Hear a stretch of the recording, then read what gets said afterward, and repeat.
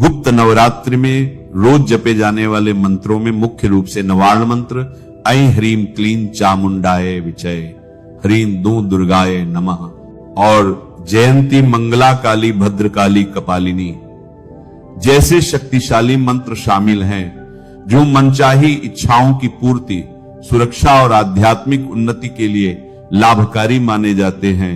खासकर 10 महाविद्याओं और मां दुर्गा के गुप्त रूपों की आराधना के लिए है।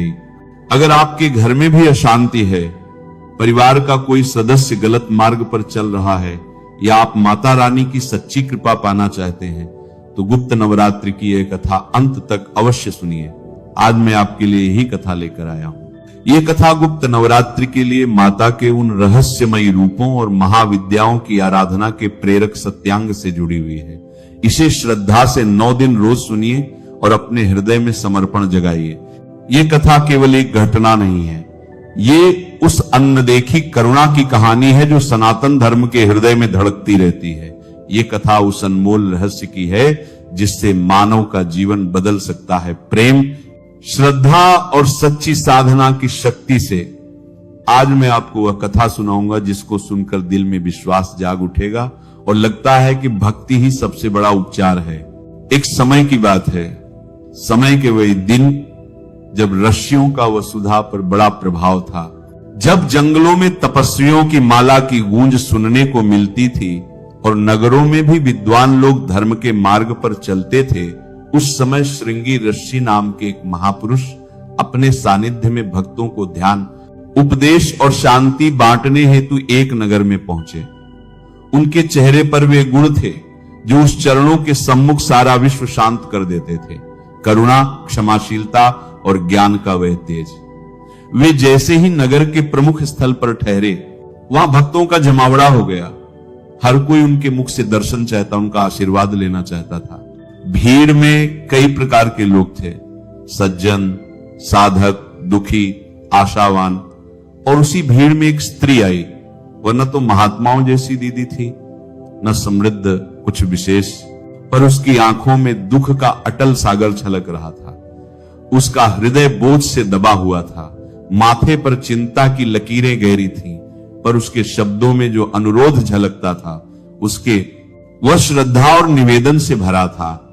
वह ऋषि के चरणों में गिरकर कहने लगी, हे मुनिवर, मेरे जीवन का दुख इतना बढ़ गया है कि मैं अपने घर में धर्म के काम ठीक से नहीं कर पाती। मेरा पति पापों में डूबा हुआ है। मांसाहार, मदिरा, जुआ, छल कपट सब में उलझा रहता है। वह दान को भी अपने हाथ में नहीं देता, पूजा पाठ में मेरा साथ नहीं देता और घर का वातावरण उग्र हो चला है।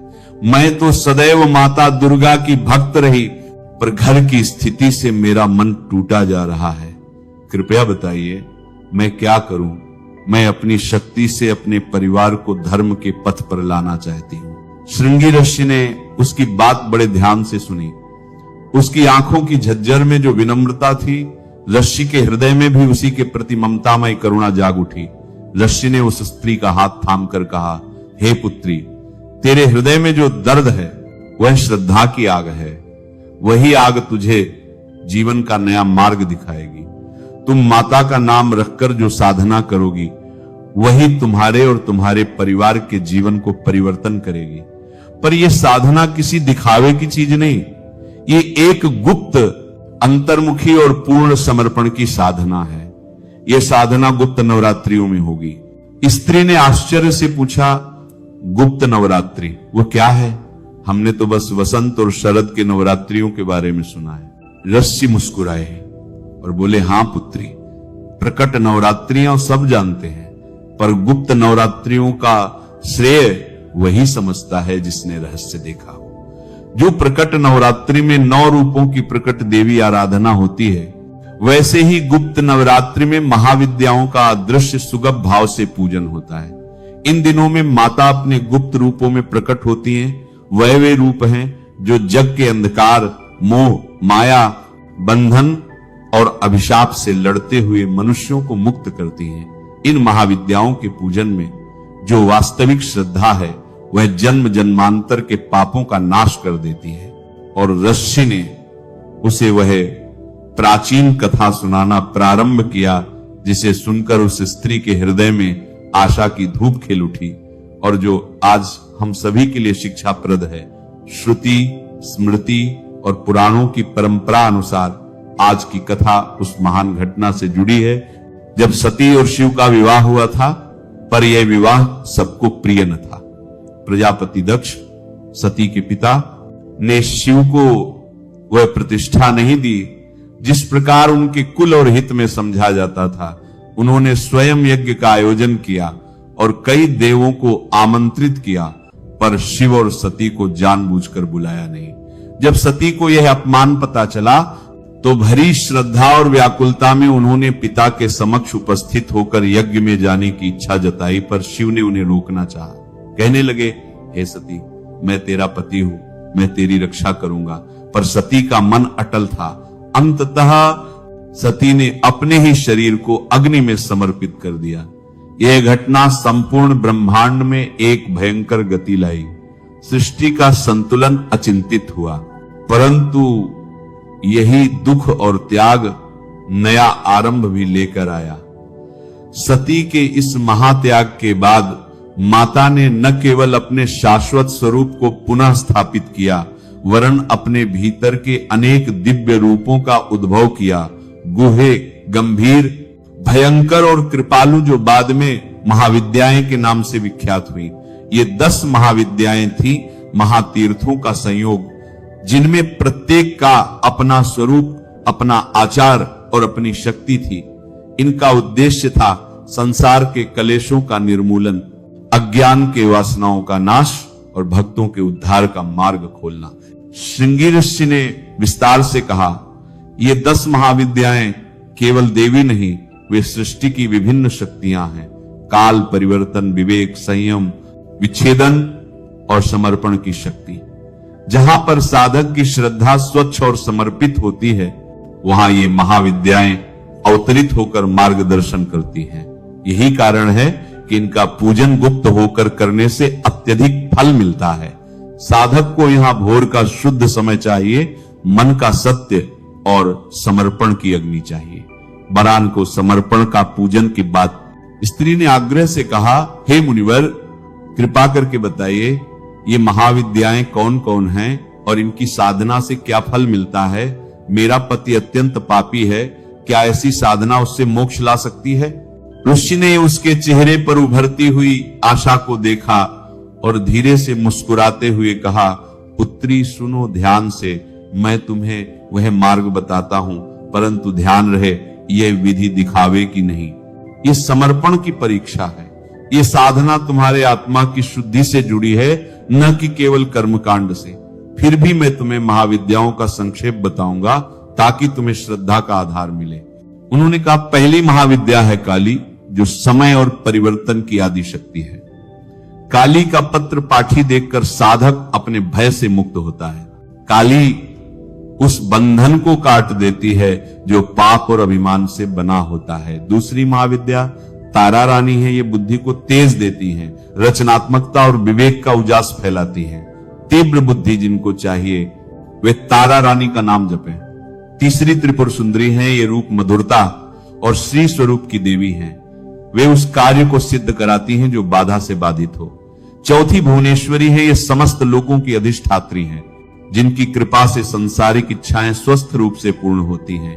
पांचवी छिन्न मस्तिका, जिसका स्वरूप आश्चर्यजनक है, वह सब बंधनों को अपने शस्त्र से काट देती हैं। उनके पास समर्पण का गहन रहस्य है और वे रोगों, क्लेशों और अशुद्धियों का नाश करती हैं। लिश्य बोले, छठी त्रिपुर भैरवी हैं, ये भय और भय की जड़ को नष्ट करती हैं। विवाह योग्य कार्यों में विघ्न हो तो इनकी साधना उपयोगी होती है। सातवीं धूमावती, इनके पास विकृत, जटिल, अस्पष्ट समस्याओं का समाधान है। वे तंत्र मंत्र, टोना टोटके और बुरी दृष्टि के प्रभावों से रक्षा करती हैं। आठवीं बगलामुखी, जो मुख पर लगने वाली विपत्तियों, अपशब्दों और मानहानि से रक्षा करती हैं। उनकी पूजा से प्रतिकूल शक्तियां चुप हो जाती हैं। नौवीं मातंगी, गृहस्थ जीवन से जुड़े सभी समस्याओं की दैवीय उपाय बतलाती है। वे भाषा शक्ति और गुप्त विद्या को बढ़ाती हैं। और अंतिम 10वीं कमला या कमलवर्तिनी, ये ऐश्वर्य, समृद्धि और सौंदर्य की देवी है। इनके द्वारा साधक को सांसारिक सुखों की प्राप्ति भी होती है, पर ये सब तभी स्थायी होते हैं जब भक्त का हृदय शुद्ध हो। श्रृंगी ऋषि ने उसकी आंखों में पल पल की उम्मीद बढ़ती देखकर कहा, पुत्री, यदि कोई मनुष्य जिसका जीवन पापों से भरा हो भी इन दिनों में पूर्ण श्रद्धा से माता की गुप्त आराधना करता है, तो उसके पापों का संचित भार धीरे धीरे घट कर जाता है। यह साधना सिर्फ प्रतीकात्मक नहीं है, यह जीवन की रस्सियों को काटकर आत्मा को स्वतंत्र कर देती है। पर यह कहने पर कि सब आसान है, मैं नहीं कहूंगा साधना कठिन है, पर फल अपार है। उस स्त्री ने घर लौटी तो वो उन रस्सी की बातें अपने मन में घर घर कर ले गई। उसने सादा हृदय से गुप्त नवरात्रि की तैयारी की। उसने प्रतिबद्धता ली, दिनचर्या में संयम लाई, मांसाहार को त्यागा, मदिरा से दूरी बनाई और विशेष मन से माता की भक्ति आरंभ की। उसने प्रतिदिन एकांत में बैठकर माता का स्मरण किया और रस्सी द्वारा बताए हुए उपायों को हृदय से अपना लिया। यहां कथा का वह भाग जो हमें चिराश्चर्यचकित कर देता है। जैसे जैसे उसने नवरात्रि का अनुष्ठान किया, धीरे धीरे उसके घर का वातावरण बदलने लगा। पहले तो एक सूक्ष्म शांति आई। लोग कहते हैं कि शांति का आगमन पहले घर के कोनों में बैठ जाती है, फिर वह दीवारों से बहकर मन में उतर जाती है। उसके पति के व्यवहार में स्थिरता आने लगी, क्रोध में कमी आई, जुआ खेलने की प्रवृत्ति कम हुई और एक दिन उसने अपनी गलती मानकर पत्नी से क्षमा मांगी। यह केवल एक चमत्कार नहीं था, यह उस स्त्री की अटल श्रद्धा और गुप्त नवरात्रि के प्रभाव का प्रत्यक्ष फल था। यहां से हमें एक महत्वपूर्ण शिक्षा मिलती है। सनातन धर्म की परंपरा केवल कर्मकांड तक सीमित नहीं है, वह मन, हृदय और चेतना का भी इलाज है। जब श्रद्धा और साधना एक हो जाती है तो वह व्यक्ति परिवार, कुल तक का परिवर्तक बन जाती है। अब आइए मैं आपको गुप्त नवरात्रि के पूजन का गूढ़ रूप बतलाऊं, लेकिन याद रखिए यह उपदेश है, न कि केवल रूढ़िवादी नियमों का संग्रह। सच्चा नियम वही है जो हृदय को शुद्ध करे। पहले दिन घट स्थापना की जाती है। इसका अर्थ है एक पवित्र पात्र तैयार करना जिसमें 7 प्रकार के अनाज, आम के पत्ते और ऊपर नारियल रखा जाता है। ये घट जीवन धारा का प्रतीक है जिसमें समस्त प्रकृति का पाठ संयोजित होता है। घट की स्थापना के बाद अखंड ज्योत प्रज्वलित किया जाता है।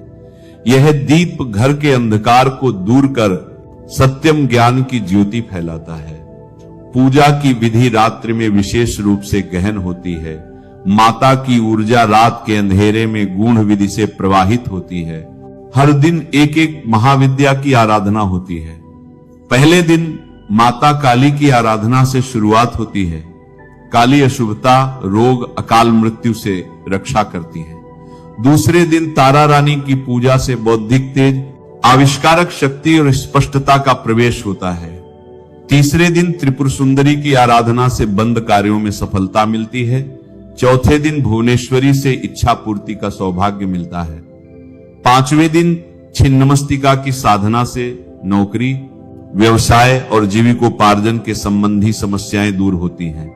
छठे दिन त्रिपुर भैरवी से विवाह संबंधी विघ्न दूर होते हैं। सातवें दिन धूमावती से बुरी नजर और जादू टोने के प्रकोप से रक्षा होती है। आठवें दिन बगलामुखी से बुरी वाणी और अपशब्दों का प्रभाव समाप्त होता है। नौवें दिन मातंगी से गृहस्थी के जटिल समस्याओं का निवारण और 10वें दिन कमला देवी से ऐश्वर्य, सौभाग्य और सुंदरता का आगमन होता है। परंतु मैं बार बार यह कहना चाहूंगा, पूजा का मूल औपचारिकता में नहीं, भाव और समर्पण में है। कन्या पूजन, अष्टमी नवमी पर कन्याओं का भोजन और दान देना, यह मात्र अनुष्ठानिक कार्य नहीं, इस समाज और परिवार के पुनर्निर्माण का कार्य है। हवन करना, यदि संभव न हो तो भी घर में प्रतिदिन छोटी सी आरती, दीपक और जप करना अत्यंत लाभदायी है। उस स्त्री की कथा से यह भी स्पष्ट होता है कि साधना का प्रभाव बाह्य संसार में धीरे धीरे प्रकट होता है। पहले मन शांत होता है, फिर शब्द बदलते हैं, उसके बाद कर्म। जब मन का परिवर्तन होता है तो व्यवहार अपने आप सुधर जाता है। वह स्त्री प्रतिदिन विधि पूर्वक बैठकर देवी दुर्गा के मंत्रों का जप करती। उसने सरल और शुद्ध मन से कहा, हे माता, मेरे घर को अपने चरणों में स्वीकार करो। जो भी पाप मेरे परिवार में जमा हैं, उन्हें अपनी ममता और अपनी शक्ति से शुद्ध करो। और माता ने उसकी आस्था को देखा और आशीर्वाद दिया। अंत में श्रृंगी ऋषि ने उस स्त्री को यह उपदेश सौंपा, पुत्री, पूजा पाठ करो पर साथ ही सदाचार करो। अपने शब्दों को मधुर रखो, अपने कर्मों को पवित्र रखो। यदि तुम्हारा हृदय शुद्ध होगा तभी देवी की मंद मंद मुस्कान तुम्हारे घर में उतरकर तुम्हें आशीर्वाद देगी। और याद रखो, कभी भी धैर्य न छोड़ो, वही धैर्य तुम्हारे घर की बुराइयों का नाश करेगा। और इस प्रकार उस स्त्री का जीवन बदल गया। उसके घर में एक नई सुबह आई। पति ने जुए को त्यागा, मदिरा से दूरी बनाई और धीरे धीरे उस घर में वह शांति और साधना का वातावरण बना जिसकी कल्पना भी वे पहले नहीं कर सकते थे। यह सब केवल इसलिए संभव हुआ क्योंकि उस स्त्री ने निष्ठापूर्वक गुप्त नवरात्रि की साधना की सिर निडर कर कर कहा, हे माता, मेरा जीवन तुम्हारे चरणों में समर्पित है। यही सनातन धर्म का उद्देश्य है, आत्मा का विकास, समाज की श्रेष्ठता और संसार में न्याय धर्म की स्थापना। गुप्त नवरात्रि प्रतिपदा तिथि से प्रारंभ होती है, शुक्ल पक्ष की तिथि से।